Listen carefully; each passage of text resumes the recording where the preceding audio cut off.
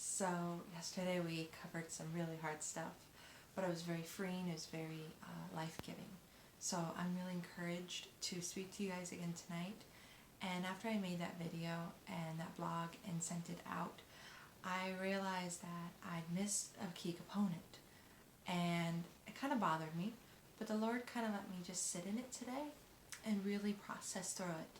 So I talked about, for myself, two different missing concepts of what love and being cared for looked like through the fear aspect, the sexualized aspect.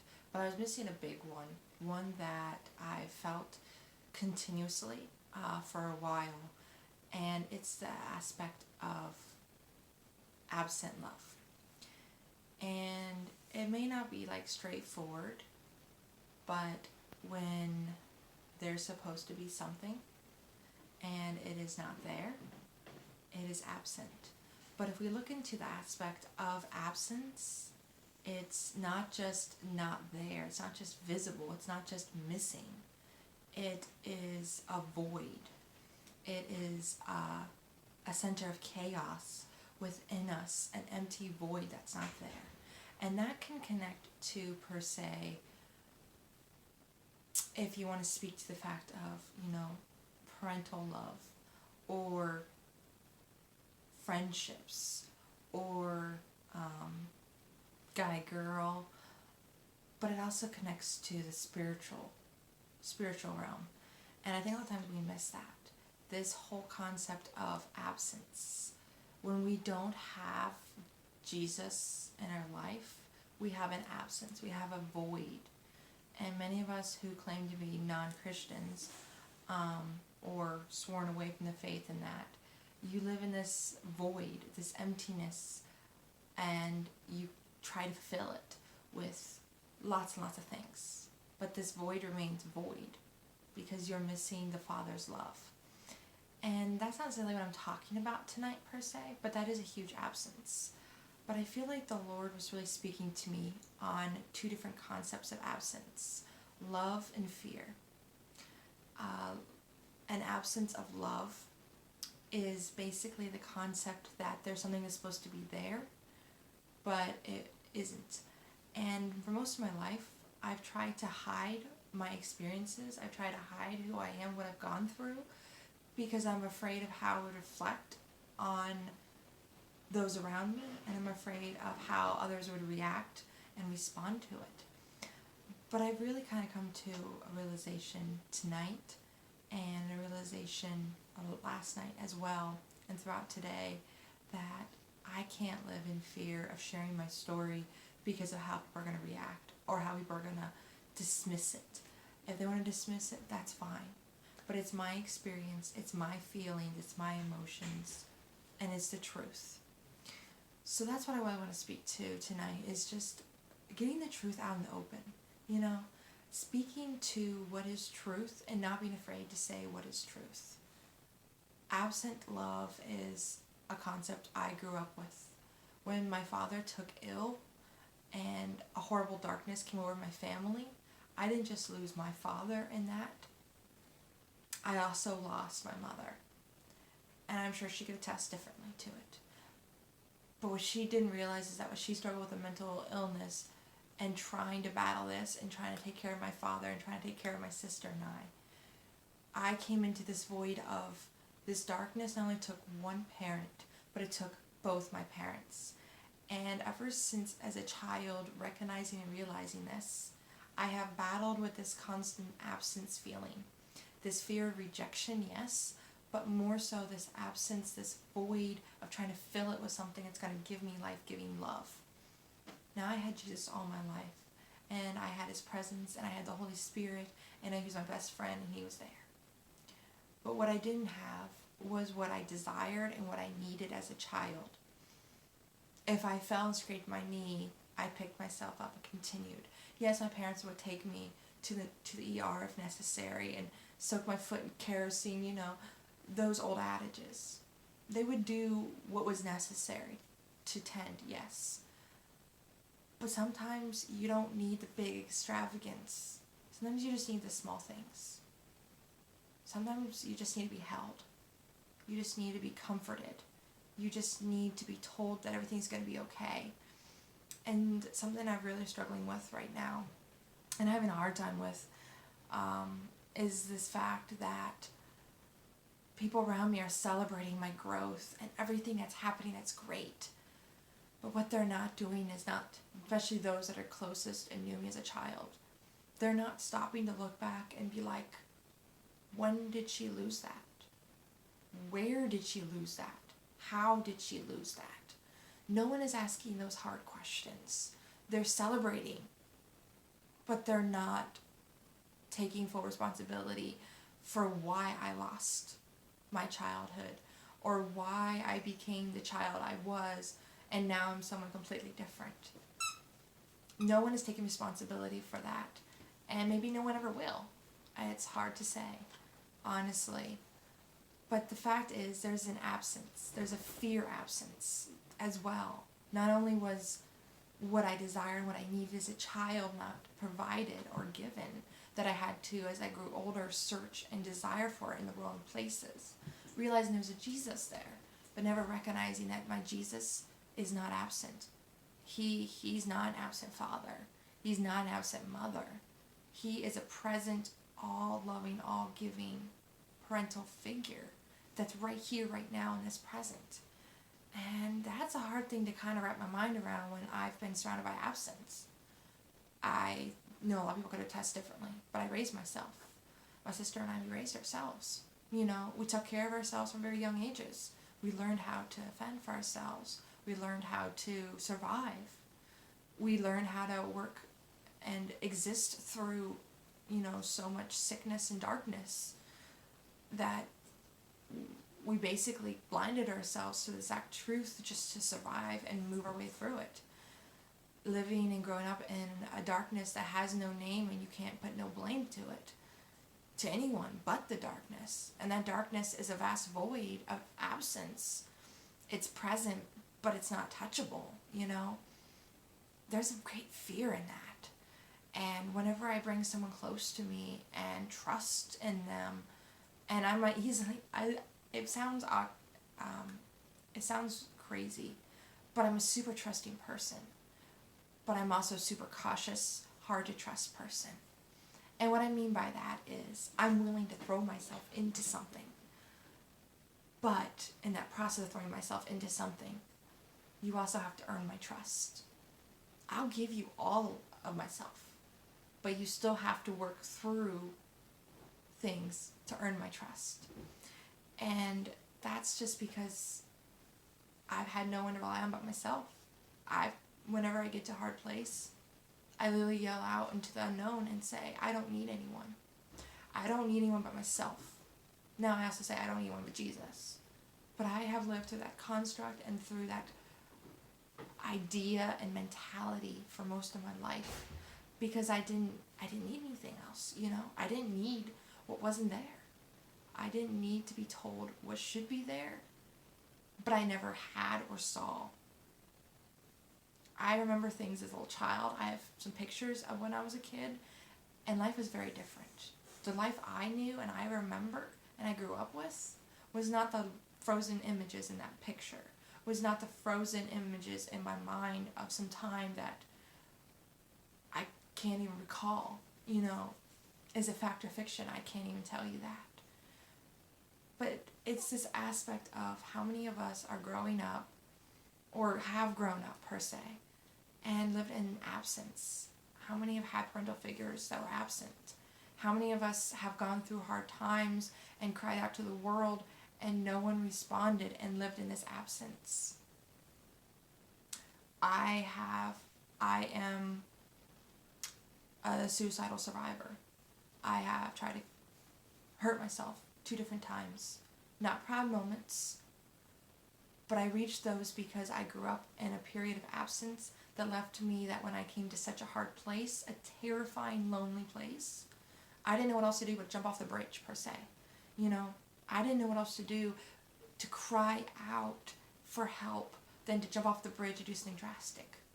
Because no one was paying attention to this child. No one was listening to her through all her years. No one heard her cries. No one heard her silence. No one saw her face. No one saw her. How many of us are going through that, where we're here existing in a world that doesn't see us, that doesn't even try to see us? It is so hard when I'm driving and I end up on an exit freeway ramp, and there's a man or a woman standing there asking for money and I have nothing, or asking for food and I don't have anything in the car at that moment. It is so hard for me to not be able to do something. So I turn my face away so I don't have to see their face, because it hurts to see their face. How many of us look at others and are in that same situation and can't bear looking at someone in the face because they can't bear what they're dealing with in that moment? If I'm having a bad day, how am I supposed to give myself fully and completely to these people who need the kindness and the compassion? How do I find this balance? And I guess that's the real question, I guess that's the real question that's coming up tonight. Earlier I was in a Bible study and it was just so life-giving, and these two girls just poured and poured and poured into me words of truth and beauty and miracles and spirituality that I didn't even know I needed in that moment. But Jesus told them to pour into me, to make these dry bones come to life. And it's kind of Ezekiel's story, but there's so much in my life that's dry and brittle and has been forgotten. And crazy it is, I was sitting here watching a movie and I saw, they were in this store, and I was like, I would love to go antiquing. And it was just crazy, I thought, but I was like, I love antiquing. I love going to old stores and looking at old things and, walking down the aisles. I'd completely forgotten that. I didn't even remember that was a part of me. And that's just a small little thing, but that just shows me how much I'm missing of myself. I don't know who I am or who I can be, because I've lived in this absence of love and fear. I've lived in this world that's told me how I should act and how I should be, and I have been pushing against the barrier since I was a child because I knew it was not right. I grew up in a culture where the kids are present, but they're not seen or heard. Yeah, I grew up in that kind of world. I grew up in a world where we didn't sit around tables unless we were at my grandma's. And that was the only time we had a meal together. That was my world. I didn't know what a kitchen table was per se. I didn't know what it was to really have furniture. I didn't grow up in that kind of world. I grew up in a world where furniture was kind of fold up, movable, put away, you don't see it. I grew up in a world where, a home was just a home. It was a structure. It wasn't welcoming. It wasn't comforting. It wasn't soulless. It wasn't peaceful. It wasn't a place that you go home and feel safe and held. I grew up in a home where the walls, they had things on them, knickknacks and pictures, but it was just frozen images in time, and it didn't mean a whole lot. I grew up in a world where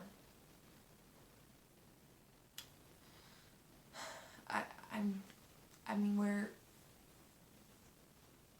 I don't even have the words for it, for some of these things, but I grew up in a whole different world than a lot of people. And for me, that was normal. For me, that was a normal world. That was all I knew. Me coming home from school and my parents not being there, that was normal. Me going to bed, that was normal. I went to bed myself. If I got scared, I could go to my parents' room and I can lie down on the floor. But more than likely, I would just stay in my room and I'd cover myself up. Or I'd stay up in the way late hours, reading or trying to calm my mind. I did not have what a lot of people had. But I know there's many that are like me and have similar stories. There's an absence in my life that has told me that I'm not worthy to be loved and I'm not okay or good enough for someone to love and care for. I'm slowly learning that that is not true, and that I have a voice, and that the gifts I've been given are beautiful and they are wanted and desired in this world. But it's a slow process. It's a huge mountain to go over and try to conquer this fear and this absence, this void of nothingness. I don't know how I know Jesus can fill that void of absence. I know Jesus is right here, right now, and I see it. Tonight I worshiped and I fell on the floor and I fell asleep in Jesus' arms on accident, and then I woke up and danced some more.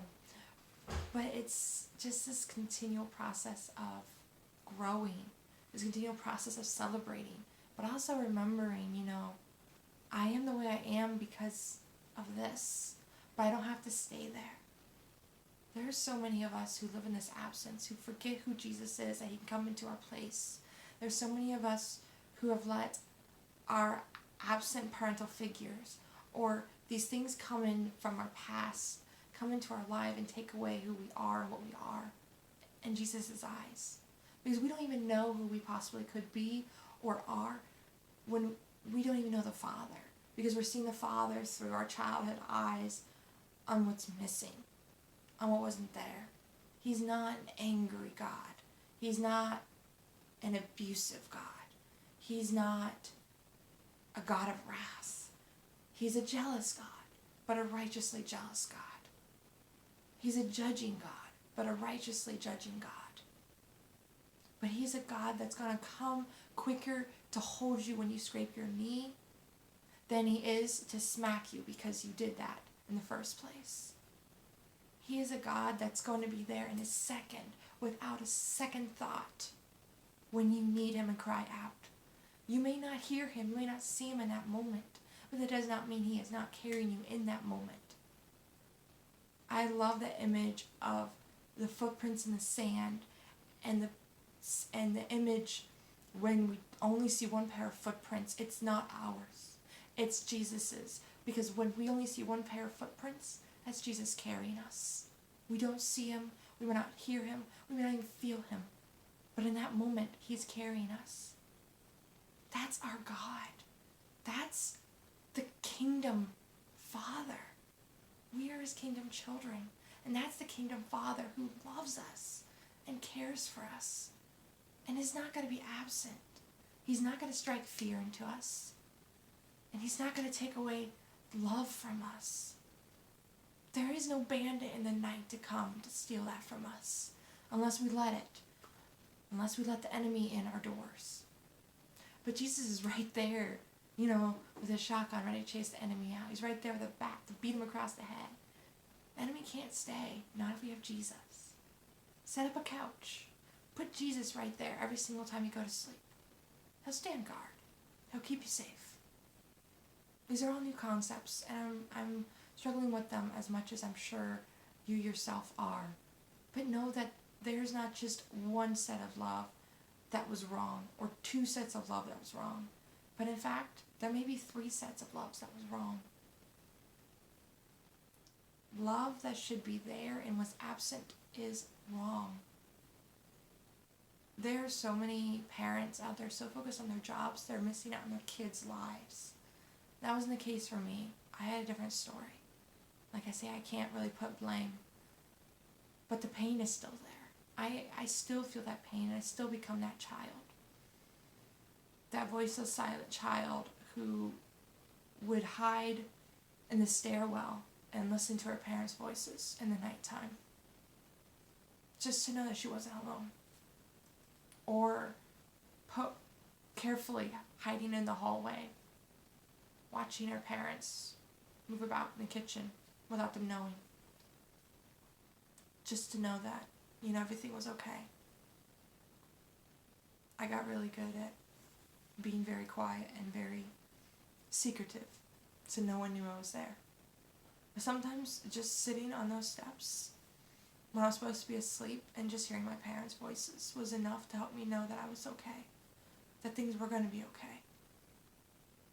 Silence in a house can be very, very loud. And we can often forget that. So if you have kids, don't be afraid to show love. Don't be afraid to hold them. Don't be afraid to make them laugh and smile. Don't just tell them you love them.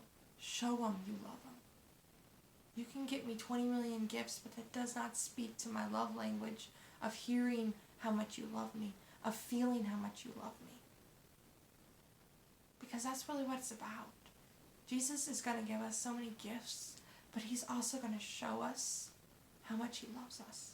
He's going to tell us how much he loves us. I still can't comprehend the aspect of love, but I know that it's there, and I know it's not absent in Jesus. And so I really want to leave you with that thought.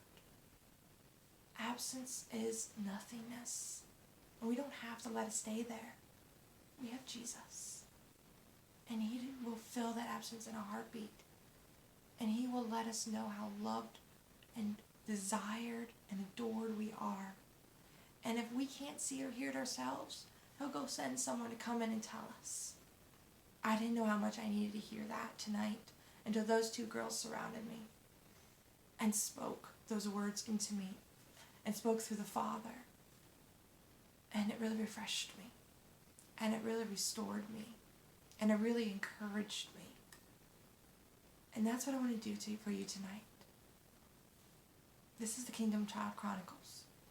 If you need help, if you need to hear some kind words, if you need me to pray over you, if you need anything at all, send me a message.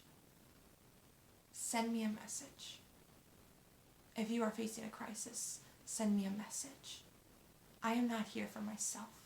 I am here as a messenger from the Father himself. The things I speak to on here end up going into the next day and the next day and traveling into conversations that I've had in the future. These are not stagnant video blogs of just me rattling on. These are truth. These are words and messages that the Lord wants to get out and that he wants you to know. My story, I pray and tell, will be hopefully that push for you to seek him further, for that deeper intimacy that you desire. This isn't about me. This isn't just about you. This is about all of us world. Friends, family, world. This is about us as a family, as his kingdom children, how he sees us and perceives us, and how we can desire and be greater for his kingdom in the end. That's what this is about. That's what this is about. So I'm going to leave you with that thought. And I want you to know that I'm here for you. And hopefully you're here for me. So I wish you all a lovely night. I love you, world. Virtual hugs.